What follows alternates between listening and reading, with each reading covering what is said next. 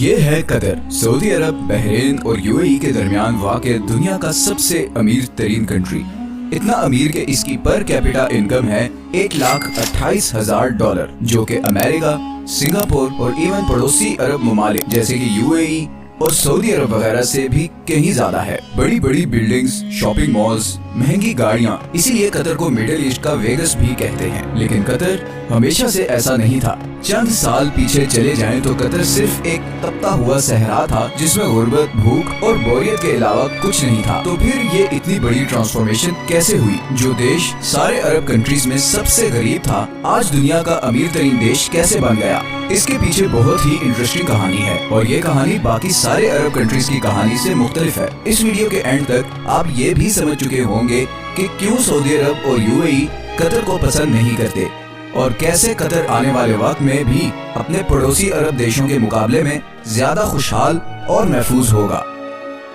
یہ کہانی شروع ہوتی ہے 1916 میں، جب قطر کے امیر عبداللہ الثانی نے برٹش کے ساتھ ایک ٹریٹی سائن کی، جس کے مطابق برٹن نے قطر کو کسی بھی زمینی یا سمندری حملے کی صورت میں ڈیفینڈ کرنا ہوگا، اور قطر بدلے میں اگلے 25 سال تک برٹش کالونی کا حصہ رہے گا، اور یہاں سے نکلنے والے ہر نیچرل ریسورس میں برٹن کا شیئر ہوگا۔ 1940 میں قطر میں سب سے پہلی آئل فیلڈ ڈسکور ہوئی۔ 1960 تک قطر میں تیل کی کھوج اور اسے زمین سے نکالنے کا کام عروج پر تھا، اور قطر کے حالات آہستہ آہستہ بدلنے شروع ہو چکے تھے، مگر ابھی بھی کوئی بہت زیادہ تبدیلی نہیں آئی تھی۔ لیکن پھر 1970 میں شیل آئل کمپنی نے اس کنٹری کا سب سے بڑا خزانہ دریافت کر لیا، نارتھ فیلڈ، دنیا کی سب سے بڑی نیچرل گیس فیلڈ۔ لیکن اس زمانے میں گیس کوئی بہت زیادہ پروفیٹیبل نہیں تھی، اور اس کی وجہ یہ تھی کہ گیس کو صرف پائپ لائنز کے ذریعے ہی کسی دوسری جگہ بھیجا جا سکتا تھا، اور قطر گیس استعمال کرنے والے دیشوں سے اتنا دور تھا کہ وہاں تک پائپ لائن پہنچانا تقریباً ناممکن تھا۔ اسی وجہ سے شیل کمپنی بھی یہ گیس فیلڈ ڈسکور کر کے بھول گئی، اور یہ ڈسکوری آفیشیل ڈاکومنٹس میں ہی دب گئی۔ 1971 میں قطر کو برٹن سے آزادی مل گئی، اور وہ ایک آزاد ملک بن گیا۔ آزادی ملنے کے باوجود اگلے 25 سالوں میں بھی قطر کے حالات کوئی خاص نہیں بدلے، اور پھر آیا 1995 جب کراؤن پرنس حماد بن خلیفہ الثانی نے بغاوت کر کے اپنے ہی باپ کی حکومت کا تختہ الٹ دیا اور قطر کا امیر بن گیا۔ نئے امیر کا ایک ہی فوکس تھا، اور وہ تھا گیس۔